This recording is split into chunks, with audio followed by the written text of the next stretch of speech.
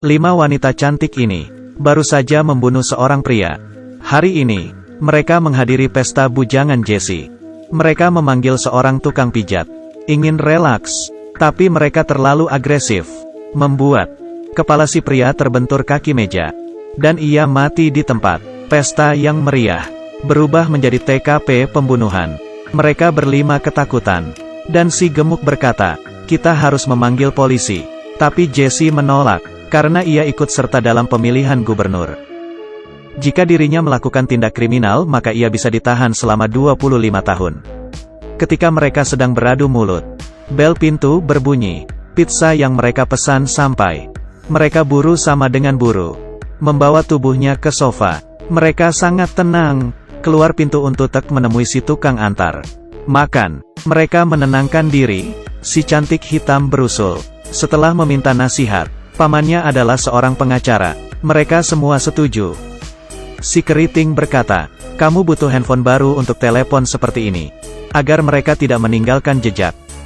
Si hitam menggunakan handphone baru. Yang lainnya tinggal dan menatap mayat. Tapi si pria tetap di pinggir. Mereka sangat takut. Si rambut ombak menghampirinya, menutup matanya. Tapi ia sudah mati. Akhirnya si gemuk menemukan kacamata matahari. Memakaikannya pada mayat itu. Ada suara gonggongan dari jendela. Mereka melihat dinding seluruh villa terbuat dari kaca. Semua yang terjadi di dalam dapat dilihat orang dari luar dengan jelas. Si hitam kembali. Mereka menelepon pamannya. Pamannya berkata kejadian ini sangat sulit dikatakan sebagai percobaan pembunuhan. Tapi dengan syarat dilarang memindahkan mayatnya.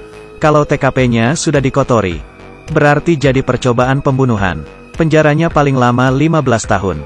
Mereka saling melihat, menyadari aksi mereka, yang baru saja si pengacara katakan.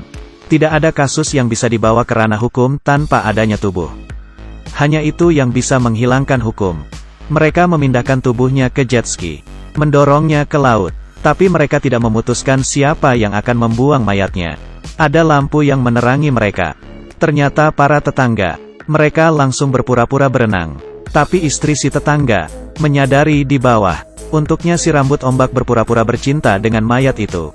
Seperti pasangan kekasih, si rambut ombak pergi, menaiki jet ski beberapa meter, dan membuang mayat itu. Sekarang mereka hanya harus membersihkan noda darah di villa, menghapus sidik jari, kemudian berfoto, meninggalkan bukti mereka sedang liburan. Barulah mereka bisa kabur dengan tenang. Tapi kali ini, si gemuk berkata, di sudut foto, ada mayat si pria tadi. Karena mereka baru saja membuangnya. Tubuh itu kembali karena ombak. Mereka kembali ke villa. Mereka berlima sangat takut. Pada saat yang bersamaan bel pintu berbunyi. Ternyata seorang polisi. Apakah mereka sudah ketahuan? Tidak menunggu mereka menjelaskan. Polisi menangkap keriting. Menggunakan insting, keriting memukulnya. Sekarang masalah semakin rumit. Mereka tidak hanya membunuh seorang tukang pijat, tapi sekarang membunuh seorang polisi juga. Beberapa mengurus tubuh si polisi, dan menariknya pelan-pelan. Bajunya robek. Baju si tukang pijat terbuka. Mereka beradu mulut lagi. Polisi ini adalah tukang pijat asli mereka. Lalu pria yang terbunuh tadi siapa? Ketika mereka mencapai jalan buntu, mondar-mandir semalaman, mereka semua kelelahan.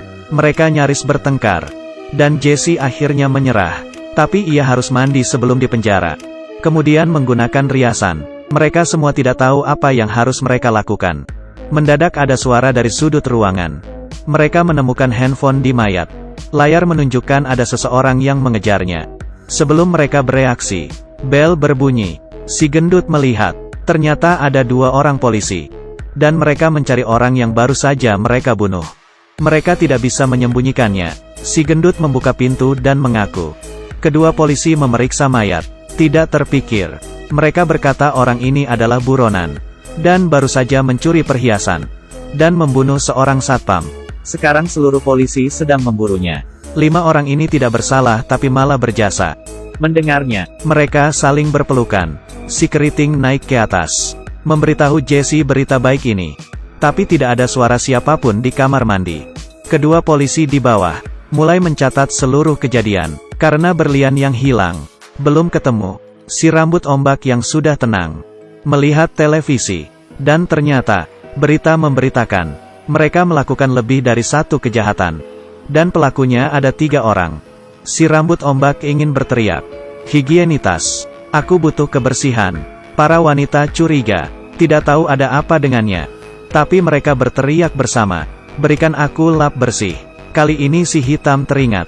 Kemarin ia memberitahu rambut ombak. Lap bersih adalah kode rahasia mereka di kuliah. Kalau ada pria dengan niat buruk, mintalah lap bersih kepada teman.